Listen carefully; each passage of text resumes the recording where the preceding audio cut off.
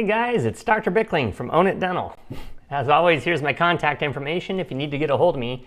If you guys are enjoying these videos, please do hit that like button. It's right down below, it's like right there, and it's super easy to do. Speaking of super easy, today we're going to talk about how to make molar root canals easy. I got the lab coat on and the scrubs, so let's dig into it.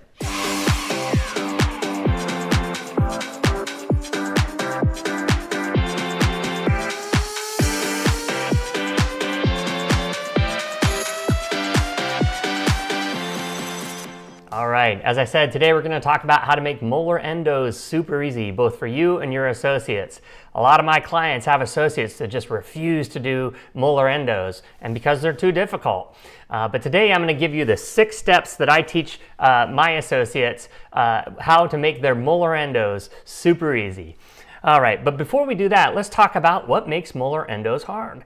And it's more than just that they've got 3 or 4 canals. There's more to it than that, and in my opinion, this is one of the main reasons here. And let me just grab my pointer. Here we go. Is these accesses that we're taught. You know, this is a maxillary one here, but these accesses are tiny. And not only that, if you look, it's very difficult to see where the canals are, but you've got these cusps in the way. You know, so if you're trying to get in there, you've got to navigate around that cusp to get in there to the canals, and that makes life very, very difficult. You know, and that's a maxillary one, but you know, same thing's true even with the mandibular ones. You know, these are a little extreme, but you can see what I mean. It's still very, very difficult to see where the canals are. So today I'm going to talk about the 6 steps or the 6 hints that I can give you to make in your associates to make your molar endos much easier. So the first step is the 5-minute crown prep. So if you haven't seen my 5-minute crown prep video, I'll post a card for it up here somewhere, and you can watch that. But what I teach my associates is the first thing you need to do in all of your molar endos is do the crown prep first. Why? Because we want to get those cusps out of the way. That's one of the things that makes it most difficult to not only locate the canals, but also get straight line access, is when those mesial cusps, the mesial buccal and the mesiolingual cusps are in the way. So let's just get them out of the way anyway. These teeth are going to need crowns anyway because they're molars and they're getting root canals. So the first step is do your 5-minute crown prep. Get that occlusal reduction at the very least, get the occlusal reduction out of the way, get those cusps out of your way, so they're not an obstruction for you to locate those canals and get your straight line access. Step number 2, give yourself a wide funnel. Give yourself like this huge wide opening to get in there. Now I know I showed you a couple of small openings, and before you say it, but Dr. Bickling, endodontists do tiny little openings. Let me tell you something about that. Endodontists are financially incentivized to do tiny little openings. Why? Because a lot of the endos that we send to them are done through crowns. And if they make a big hole in that crown, guess what? You've got to redo the crown. And you're not going to be happy about that, and the patient's not going to be happy about that. So if they do a tiny little access, all you got to do is plug it up with composite. So endodontists are not going to do large accesses because they know that if they do, you're not going to send them any more patients. So they just do the tiny little accesses. They've got their microscopes and they're happy doing it that way. They're financially incentivized to do tiny little access holes. But you're not an endodontist, you're a general dentist, and you're going to restore the tooth anyway. So why not give yourself the widest funnel and the best view possible? Step number 3, and this is a hard and fast rule, and I made sure my doctors followed this rule. If you can't locate all of the canals in 15 minutes, refer it out. So what I mean by that is that, you know, part of the problem with molar endos, especially with people who have little experience, is that they can spend all day looking for these canals. And if they can't find them right away, one of the things I found is they're looking in the wrong place. In other words, they're drilling out to the side of the tooth, not to the places where they need to be going. So if you can't find the canals, all of the canals, at least 3 canals, if it's a maxillary first molar. If you can't find the 3 main canals within 15 minutes, refer it out. What you're basically going to be doing is you're going to be referring out, basically saving your butt is what you're going to be doing, because something's going wrong if you can't find those canals in 15 minutes. Next, Step number 4, make your small funnels. And what do I mean by that? Well, once you locate those canals, you've got to open up those canals. You're making small funnels. And I don't care if you use Gates Gliddens or some type of orifice shaper or something like that. This video is not about what endo equipment you use or endo files that you use. It's more the principles, and you can use the ones that you like. But open up those canals and start to give yourself straight line access, especially on those mesial canals. So create your small funnels and create your straight line access. The 5th step is your 15-minute rule number 2. Once you've opened up those, you've located the files and you've opened them up the orifice and you've created your straight line access, you now have 15 minutes to get at least a K file down to length in all of the canals. And when I say a K file, I'm not talking about a 25. I'm talking about a 6, an 8, or a 10.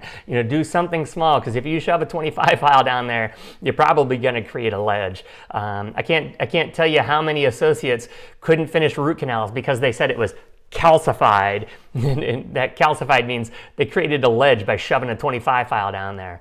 But you've got another 15 minutes to at least get an 8 or a 10 file down to length. And again, the problem is the reason, or else you're going to refer it out. And again, the reason why is if you can't get a K file down to length, you're doing something wrong, or there's something out of the ordinary. And basically, you're referring this out before it gets too far, out of your hands. So you got 15 minutes to get a file to length.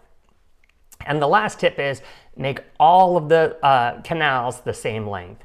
Now, how are we going to do that? Because some canals are longer than others. Well, there's a couple of ways we can do that. The first thing is that, when you're measuring from the apex to some type of a reference point. Well, what if, 2 of the canals are 18 millimeters long and one of them is 19 millimeters long? Well, just change the reference point and where it is. Just take your drill, smooth it down by 1 millimeter, and that'll change your reference point. So if at the very least, if you can't do that, what you do is you treat all 3 of them like they're 18 millimeters and just clean them to 18. And on the very last one, just clean that one, the last extra millimeter. And why do we do that? We do that to save time so that we're not changing the stopper every time we go into a different canal. If you have 3 different canals and they're 3 different lengths, every time you go into a different canal, you got to change the stopper, and you're wasting time when you do that. Make all of your canals the same length, either by changing the reference point or work them all to whatever the shortest length is, and then just clean the extra canals, whatever that last millimeter or 2 that you need to get them to length. All right, so let's see what this looks like in real life. So here's a case that was presented to me a couple of weeks ago. This patient already had a crown on it. The crown had actually popped off, and there was caries underneath the crown, and the patient was experiencing some symptoms of a pulpitis. So let's dig into this a little bit and let's see what it looks like. So this is what the tooth looked like when we removed the crown, and you can see there's some caries here and some affected and effected dentin. So we got in there, we started removing it, and this is what it looked like once we got it all cleaned up. You can see that we are right on top of the pulp chamber. So the crown prep was already done for me, but that's the first step. Step 1 is do the 5-minute crown prep. And then what I did was I created my wide open funnel, right? So you can see, I can see down into this super easy, and I could locate my canals, and I've also created my, so my 15-minute rule was super easy, located my canals. And I've also started to create my small funnels at this point. I opened those canals up so I can start getting irrigation inside of them. And I could basically take a K file, throw it across the room, and it would land right inside this tooth. It was so easy to get in there. I also started to create straight line access. I wanted my files to go straight down into those mesial canals to help combat that curvature of those canals. So again, here's the master cones in there, and you can see how straight these canals are and the straight line access that I made. And you can see the wide open funnel that I used to get in there and see those canals. And you can see all of this tooth structure is very well supported on either side. There's no undercuts, there's no unsupported tooth structure. And once I do my core buildup, this tooth's gonna be fine. So, and there's the canals all sealed up. Again, super easy. By the way, as far as isolation, you notice there's no rubber dam. I use ISO-Lite or ISO-Dry in order to isolate these, and you can see the isolation is just fine in each of these photos. So again, just to review, Step one, do your 5-minute crown prep. Get those cusps out of the way. Give yourself a wide open funnel so that you can locate and see those canals. You got 15 minutes to locate all the canals, or at least the 3 main ones if you're dealing with a maxillary first molar. Then create your small funnels and your straight line access, your straight line angles into those, especially the mesial canals. Help combat that curvature of those mesial canals. 15-minute rule number 2, and these rules have to be hard and fast. You have to make sure that your associates stick to these rules, because if it takes longer than 15 minutes to do either of these 2 tasks, they're just getting themselves in trouble. You're not referring out a tooth, you're referring out liability. You're referring out a headache. And lastly, make all of your canals the same length. In that x-ray that I showed you, all of those canals were 18 millimeters. One of them looked like it was a little longer, so I just reduced the access, or the reference point just by about 1 millimeter. So that way when I'm going and I'm cleaning out all 3 canals, I don't have to be moving my stoppers around. So in any case, I hope you enjoyed this video. Feel free to rewind it, show it to all of your associates to make your root canals easy. If they can do 3 anterior root canals, boom, boom, boom, side by side, they should be able to do a molar root canal just as easily. Again, I'm Dr. Bickling. Here's my contact information. I hope you enjoyed this video, and I'll see you on the next one. Talk to you soon. Bye. If you enjoyed this video and want to see more content like it, go to ownitdental.com or click the link above and check out my services. I have dozens of hours of training videos and have negotiated reduced lab fees for all my clients. So if you want to get out of the dental chair and start owning your business, go to ownitdental.com and check out my services, and I'll see you soon.